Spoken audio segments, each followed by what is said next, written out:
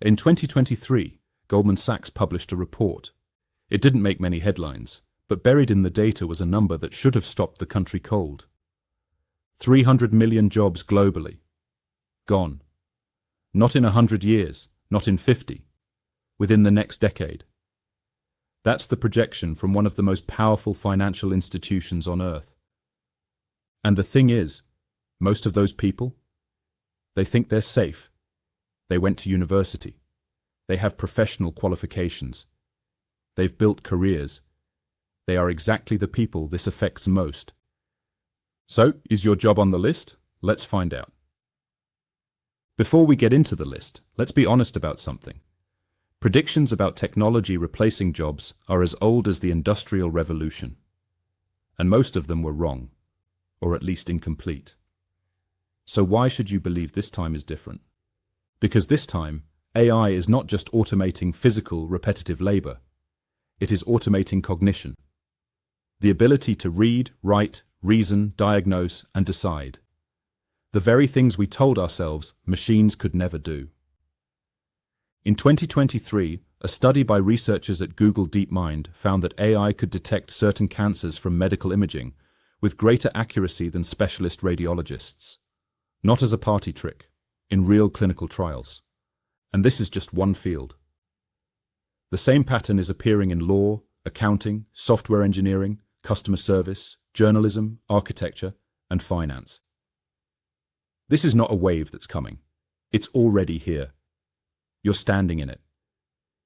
We looked at the data from Goldman Sachs, McKinsey, the Oxford Future of Work report, and the UK's own Office for National Statistics. Here is what the evidence actually says. The legal profession built its entire business model on the billable hour, and a huge chunk of those hours were spent doing something AI can now do in minutes, reading thousands of documents, finding relevant precedents, and summarizing case law. In 2023, BT Group announced it would cut 55,000 jobs by 2030, specifically citing AI's ability to handle complex document review. American law firm Mishcon de Reya invested £5 million in a proprietary AI system that does the work of 6 junior lawyers simultaneously. This does not mean the legal profession disappears. Senior lawyers, partners, advocates in court, they are safe for now. But the traditional path? Graduate. Spend 3 years doing grunt research to pay your dues. That path is closing. Every major bank in the City of London is right now actively replacing first and second year analyst work with AI. Goldman Sachs, Morgan Stanley, JP Morgan, they have all announced AI tools that handle financial modeling, earnings summaries, and market research. Bloomberg themselves, the company whose terminals sit on every trading desk on Earth, launched Bloomberg GPT, a financial AI model trained on decades of market data.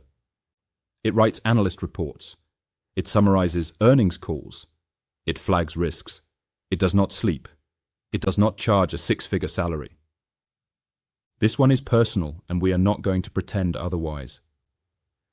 The demand for human-written SEO content, product descriptions, press releases, and social media copy has collapsed. Not declined, collapsed. Upwork data shows content writing job postings fell by over 33% in 2023 alone. The writers who are thriving are not the ones who write faster. They are the ones who have a voice, a perspective, an audience that trusts them specifically. Commodity writing is dead. Opinion, expertise, and personality are the only moats left. We mentioned this earlier, but it deserves its own spotlight. The NHS is in crisis. You know this. There are 7.8 million people on the waiting list. AI diagnostic tools are not a threat to radiologists. Right now, today, they are being deployed as the only viable solution to a system that cannot cope. But here is the uncomfortable truth that nobody in the medical establishment wants to say out loud.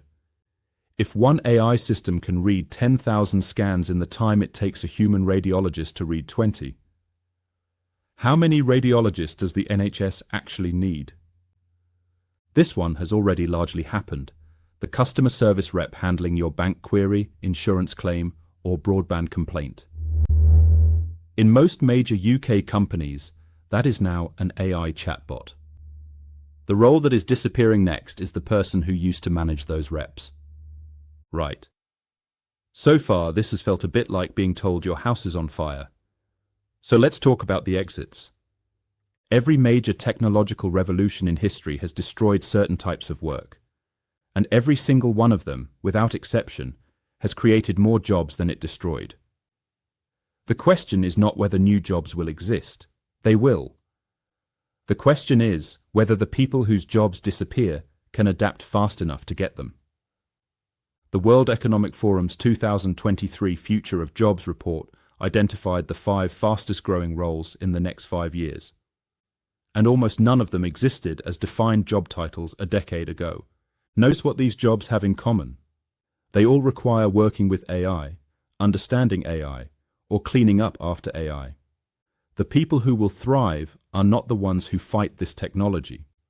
They are the ones who become fluent in it. And here is the genuinely surprising thing.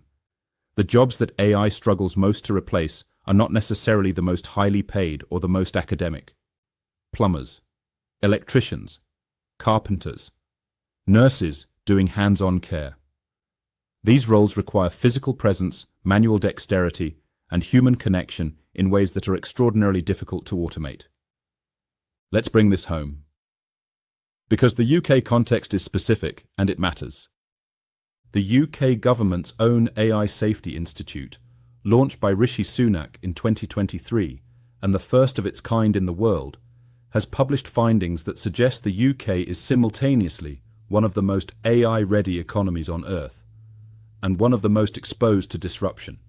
We have a highly educated, service sector-heavy workforce, exactly the profile most at risk.